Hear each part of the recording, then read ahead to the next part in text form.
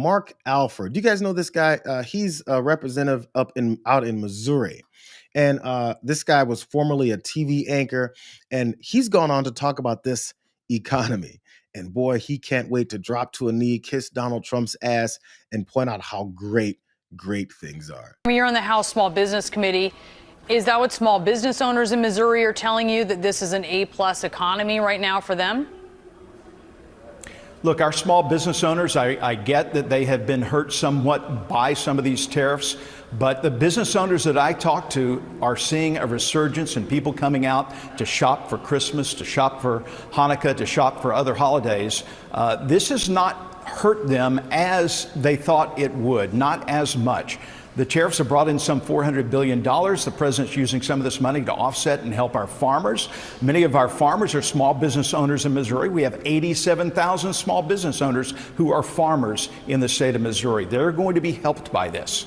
Mark Alford's trying to push some kind of alternate reality and talking about how these small business owners that he talks to, that no one else hears, I'm not sure if he's recording these conversations, but they're seeing a resurgence in people coming in and businesses booming and coming back.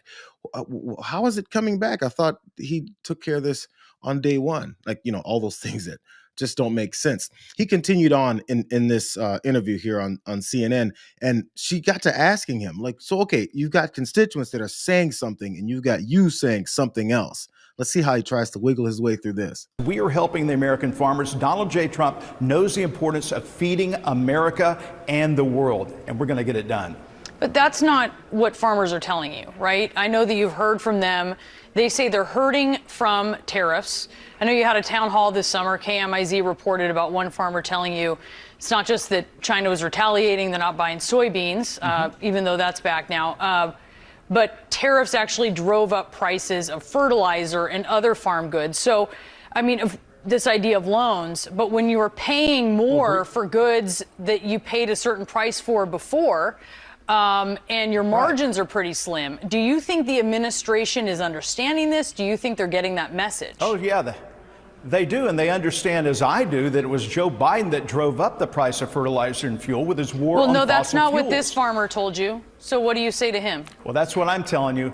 I'm telling you right now. But that's not what this farmer told you, and he's the farmer who's telling you. He's telling you, and sir, excuse me, this farmer, you heard him. He said this to you. Russia.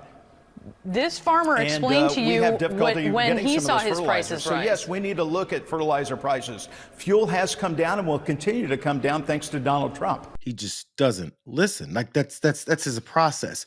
In order to run these types of mindsets and to run cover for Donald Trump, you have to literally not listen to your constituents. So as he keeps continuing talking about how great everything is and folks thinks prices are coming down, this is his actual perspective. This is who it is that he's serving. This is what he's willing to do. And if I have to pay a little bit more for something, I'm all for it to get America right again, to start whittling down this $36.5 billion or trillion dollars worth of debt that we have that's unsustainable. You think that a lot of your constituents feel the same way? They're willing to pay a little bit more? Well, I think so. I mean, look, we have lived under the oppression of Joe Biden's hyperinflation for some years. Mark Alford, during the first 100 days, as you saw in that graphic, way back then, he said he's willing to pay more. He's willing to pay more based off of Donald Trump's tariffs so that he can see his vision come to fruition. If the tariffs are doing so great, as he's now pointing out, saying that they're going to all these farmers for the $12 billion, despite their way larger losses than that, and also future markets there, he's willing to pay more. And he thinks his constituents are too. It's almost like he doesn't listen to his constituents. It's a very basic question that anyone listening to him would probably ask. Are you willing to pay more so Donald Trump's vision can come to fruition, his vision of stealing more money from you? Are you listening to your constituents? Because he was very clear about why his prices were going up.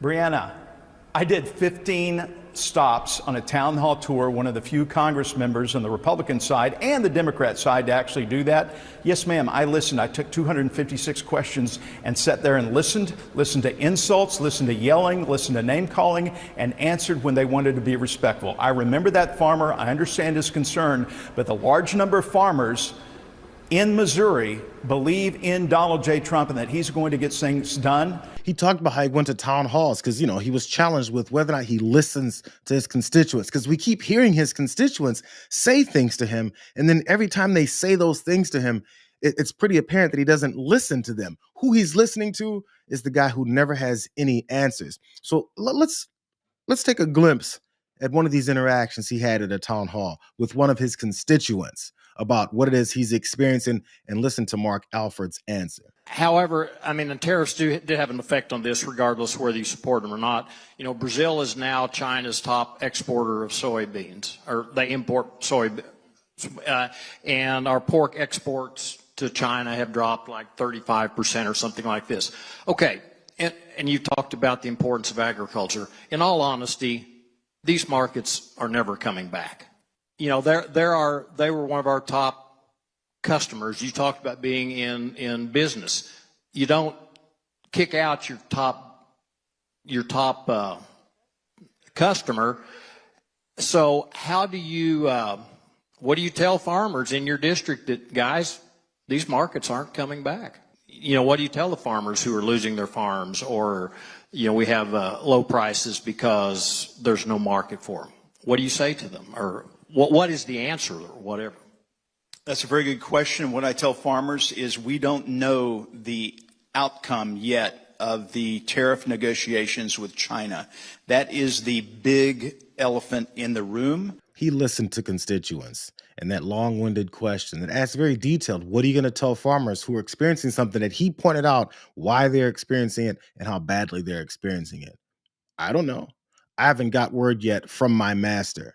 Donald Trump hadn't told me yet what I should say, do, or react next. He hasn't told me that I can disagree with him yet, therefore I won't do it. This is a grown-ass man acting like this, talking to his constituents who he works for and telling them, I have no answer. That's the elephant in the room. Who knows? I really can't tell. But one thing he does keep telling people like Brianna Killar over on CNN is he listens to his constituents, and boy, do they love suffering. Boy, do they love losing money in markets. This is actually what he feels about his constituents that ask him questions. It's brought about outside agitators and some people from outside our district, not our constituents, who came there to make their voices heard, and I respect that.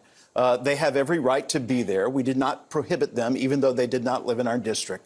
But I really wanted to hear from our constituents. That's who sent me to Congress, and that's who I owe really my service to. And they were not really able to be heard. Some of them were there who had worked for the IRS and were getting laid off in Kansas City. And I really wanted to hear their concerns, and let's work together about how can we find you the next job. There are thousands of jobs, 150, 175,000 jobs right now available in Missouri. You say outside agitators. Are you saying that none of them were your constituents that were there? No. Some were. Let me make that very clear. Some were our constituents. They clearly were not aligned with my way of thinking, and they did not vote for Trump. But that's okay. I wanted to hear from them so that I could give them a couple middle fingers after hearing from them and tell them they're going to love all the stuff that I'm going to love having to pay extra for.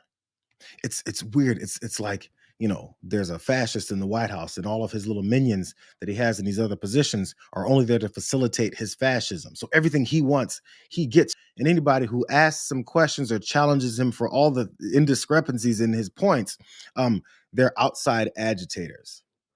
I think the answer is no, Brianna. I don't listen to my constituents. I'm MAGA.